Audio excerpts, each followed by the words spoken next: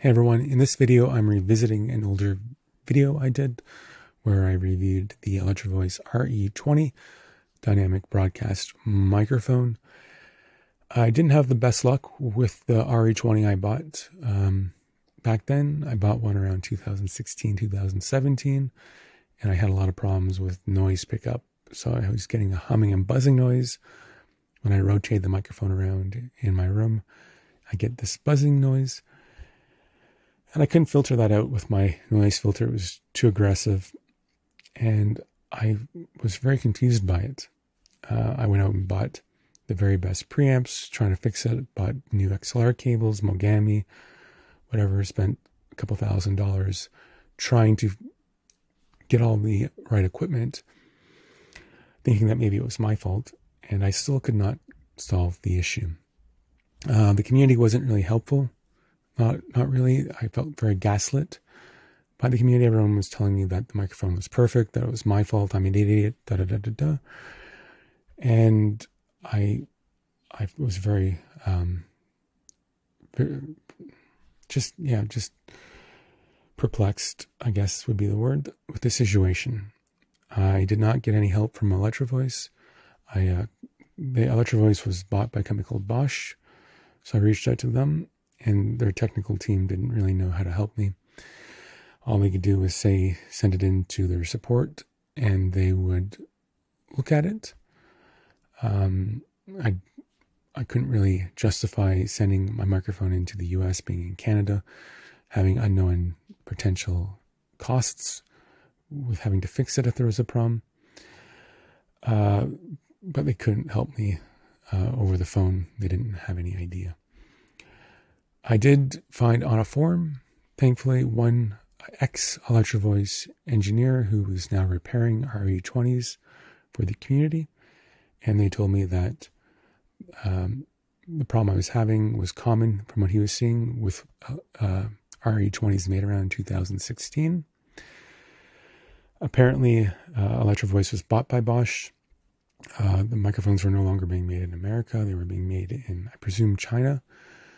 And they changed the internal layout of the microphone. So it was no longer the same Electro-Voice microphone of the past. It was this new modern PCB design, easier, cheaper to manufacture, I assume. And so there were problems with that. Now, someone said the humbuckler was installed backwards on a batch in that era. It could have also just been a poor board design or bad manufacturing. Someone else also said that maybe there's a loose wire. I could not confirm the loose wire. I didn't hear one when I shook it, and it didn't seem to align with the issues I was having. So it seemed to be more of a manufacturing defect of some sort. The Electro-Voice third-party support guy said my two choices from what he experienced was either gut an older Electro-Voice microphone, an older vintage one, and put those guts into this new model, or sell my microphone and buy an older model. At the time, that wasn't really something I wanted to do. These Electro-Voice microphones have foam on the inside, and that needs to be replaced every 5 to 10 years. If you buy something that's old, there's a good chance you're going to need to replace the foam. If the foam hasn't been replaced in time, it degrades and kind of becomes a sticky glop, and then you have to clean off the microphone. And it's also not necessarily a straightforward task to replace the foam. So not having a choice, not really being able to buy a new one, and not really wanting to buy an old one, I swapped it out for a second SM7B. So I already had one SM7B. I loved it. I did not have any issues with it. And so I decided just to get a second one. And I have no regrets there. I love the SM7B. It works great. But I still wanted to buy an RE20. And eventually, recently, I finally got the guts to buy one. The RE20 was, they came out with a black one a couple of years ago. And that solved one of the issues I had with the RE20, and that was the color. It was this off gray, greenish, ugly retro tone. I really did not like the color of the RE20. And I'm very happy with the black. You know, the SM7B is black as well. It's a very old microphone as well, but it has a timeless characteristic to it. And so I'm very happy that they came out with a matte black. It's what I wanted, and so that's one of the issues I had at the time fixed. But with COVID and everyone buying microphones, I couldn't find a black one at a price. But this just recently went on sale, so I picked it up for like $80 off locally. So finally had an opportunity to buy a black RE20 that was not part of the 2016 kind of batch. And people have been using the RE20 from what I've seen happily on Twitch and YouTube. So it seems like the issues have been resolved, or people are not having the issues anymore, or at least the new ones don't seem to be having the problems. Who knows? So I decided to gamble, buy a new one, figuring if I had problems I could return it. And so far, after using it for a couple hours, I have not had any humming or buzzing. Can't reproduce the same issues I was having before. So far it seems like those issues have been fixed. Now, it's not saying the problem could not come back. If it's a loose wire, dropping the microphone or using it in a drum kit will perhaps cause it to happen again. But those problems currently don't exist. So I'm very happy that I finally have a RE20 that's working as intended. I still have complaints with the RE20, but I also have some opinions that are that contrast it with the SM7B. After using the SM7B, there are some things I like about the RE20.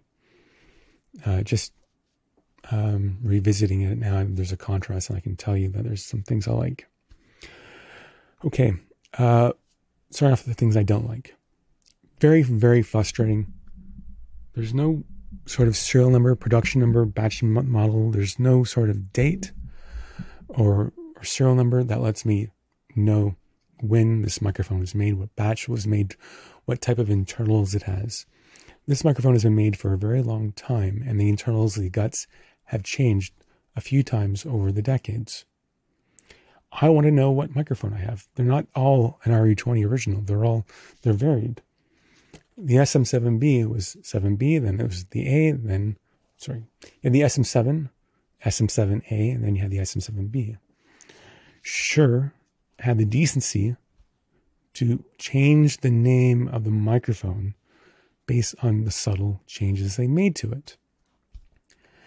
The RE20 has had a lot of changes made to it, yet it has not changed the model number. I find that disingenuous.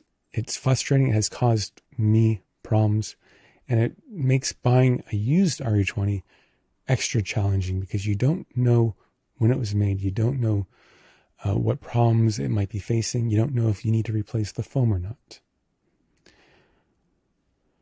That's a little bit of a rant, but I find that really bothersome. The black model is the only model at the moment that I have some confidence in of the age, and that's only because it did not exist more than a couple of years ago. So buying the black model is the only one I can actually recommend anyone even consider buying, because otherwise you don't know the date of manufacturing. If you get one that's old stock, you could get one that has problems. Okay. You also don't know how old the foam is. So every year it's sitting on a shelf is another year sooner that you have to replace the foam. Another problem with the RE20 is the lack of features. And I point this out by saying the SM7B comes with two foam windscreens, one thicker than the other. The thicker one can be used to help with added plosive rejection. So if you still find you have problems with plosives, you can put the bigger foam windscreen on. If you don't want the phone windscreen, you can take it off. So you have kind of 3 different modes of plosive protection. The RE20, you don't have any choice. Built-in foam windscreen, and there's a lot of people I see on YouTube who have to buy a pop filter because it's not good enough. And the RE20's pop filter does not come with it, and it's also very expensive. It's obscenely expensive for just a pop filter. So I feel like this microphone is too expensive, but it's an iconic sound. So if you want it, if you need it, you got to spend, I guess. So that's one complaint. Another one is the shock mount. Doesn't come with a shock mount. Again, frustrating because virtually every microphone comes with a shock mount. The SM7B has a very nice shock mount kind of built in. Like, you can handle this one while live and you're not going to get pickup. The RE20 has no shock absorption at all. So you have to buy the shock mount separately. And it's expensive. It's a few $100s extra, which is absurd for a little bit of metal. So again, the price gouging on those accessories that really should come with the microphone or not be so obscenely expensive. I have previously, with my old one, which I still have, bought a third-party shock mount for the RE20. It kind of, it's a large universal shock mount. It does work, but because the RE20 is so kind of forward heavy, it kind of bends and leans even in that shock mount. So it's a little bit awkward, but it's a cheap way to add a shock functionality to it. It does come with a little clip, so you can at least get started, which is great. But yeah, you're probably going to want to buy a shock mount, unfortunately. Another problem I have with this guy, the XLR cable comes out the butt, and so you have to wrap the cable around. Again, comparing it to the Shure SM7B, the shock mount, and it has the boom arm connector in parallel with the XLR cable. So the cable management on this is sexy. It's great. Doesn't get in the way. I don't know. I suppose you can find maybe like a right angle XLR adapter somewhere. But it's not common. It feels messy. It feels, I don't know. I'm not a fan of that aspect of the RE20. That cable does not really appeal to me. I really wish there was some sort of way you could attach a right angle to it, or who knows. Anyways, I'll probably build my own right angle adapter at some point to deal with that issue. It does have a low cutoff filter, so if you have 60 hertz humming in the room, you can flick that switch to get rid of it. The SM7B has that and something for treble, so you can add a little bit of sparkle to the high end. For someone like me who has a deep voice that doesn't have a whole lot of treble, and for considering how I like to ramble a little bit, with the SM7B, being able to add a little bit of treble to my voice can make it a little bit easier to hear me, especially if I'm doing like a video game where there's a lot of background noise. With the RE20, I have to do that using an EQ in software or such. Not a big deal, small, but considering how expensive this microphone is, And considering how popular the SM7B is, that's less, and you kind of get more in a little bit of a sense. RE20 is very heavy. I don't have a problem with heavy microphones, but it's kind of like a long guy, and it's heavy. So if you don't have a strong boom arm, if you have one of those cheap scissor boom arms, this could cause your microphone to just constantly fall on the floor. The SM7B doesn't have as much, isn't so accentuated, so it doesn't seem to put as much stress on the boom arm as the RE20 seems to do. Not a big deal. My boom arm is counterweighted, but it is a beefy microphone, so you're going to want a beefy boom arm with it. On the bright side, comes with a carry case, which is not a bad carry case. I actually like this one a lot, and the SM7B did not come with one, so that's a pro. I also found when I plugged the RE20 in, this modern build at least, it had a more sensitive pickup than the SM7B, so I actually had to turn down the gain roughly 5 decibels, and that is a big deal. If you can have a dynamic microphone output a louder signal, it means your preamp doesn't have to work as hard, which means you get less noise.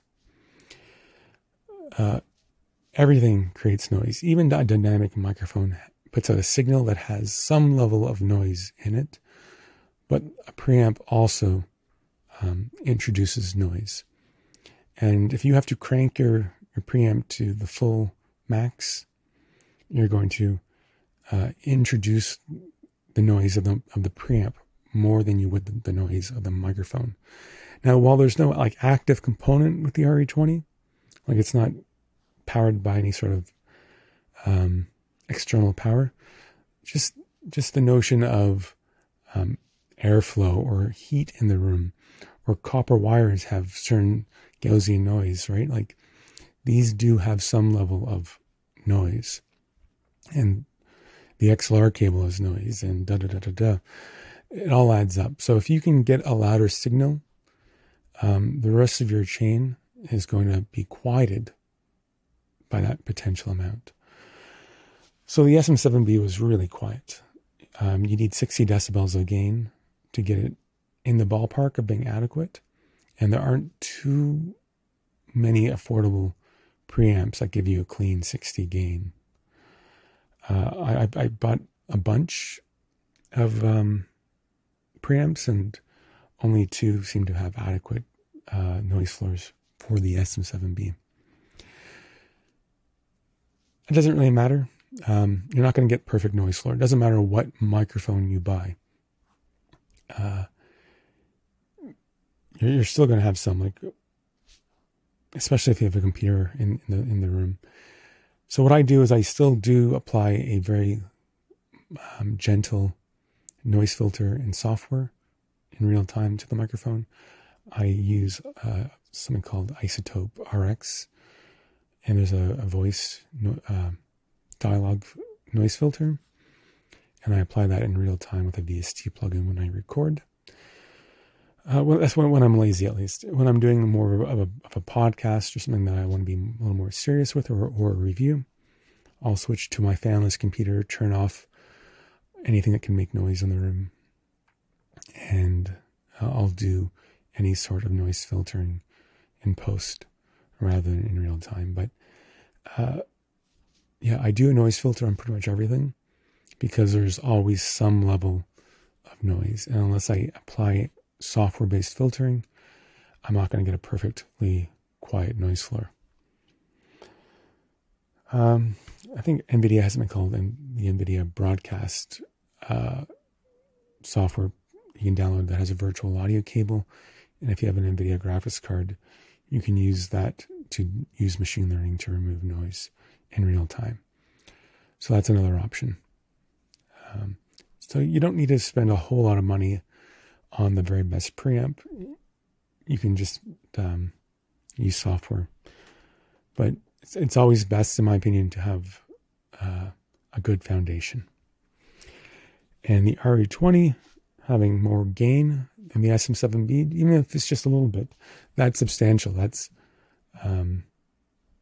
again, less work that the preamp has to do, which means you don't need to spend as much on a high-end preamp. You might be able to get by with a something like a Scarlett 2i2 Gen 3, rather than like $1,000 sound devices like I dropped money on.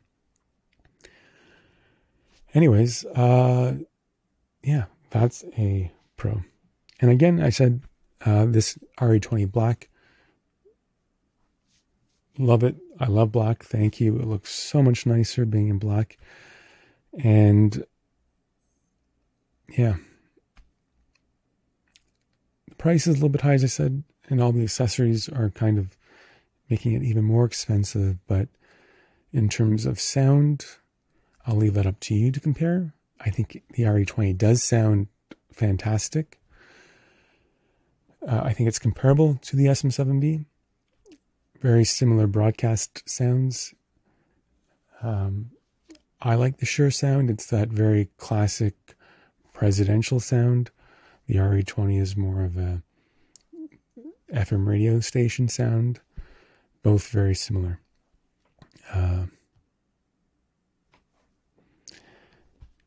Anyways, that is all I really wanted to say. I'm not going to take my old video down because I feel like my criticism is all very still justified in that video. And I also want people who have encountered the same issues as me to not feel like they're alone. I don't think the community has been, is necessarily fair on when it comes to those sorts of issues. When you're trying to get into audio, unless you have a strong foundation of experience, it's hard to know whether something is your fault or not. And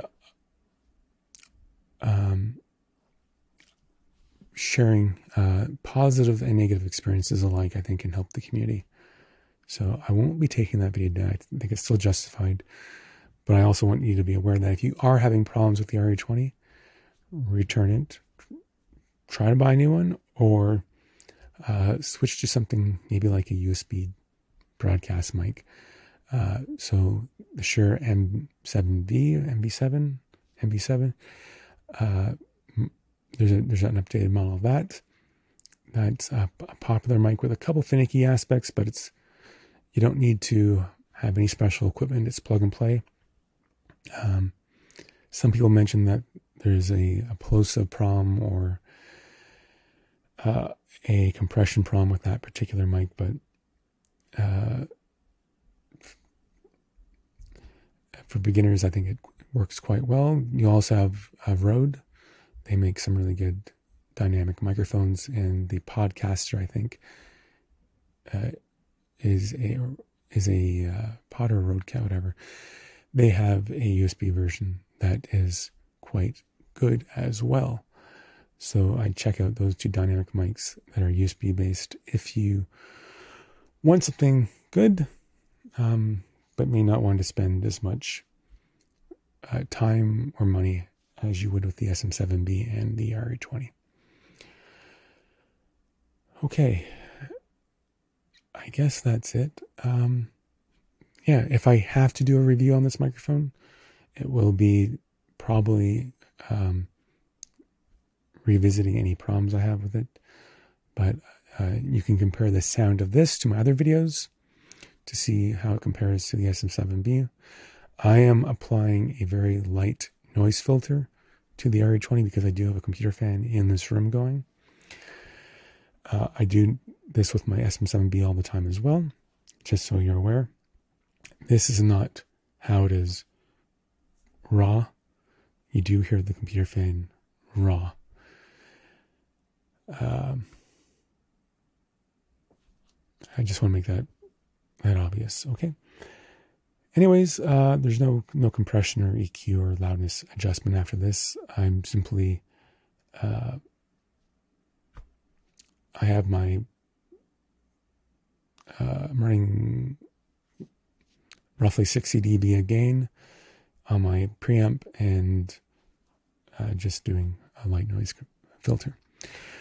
Okay, thank you guys for watching, and until next time.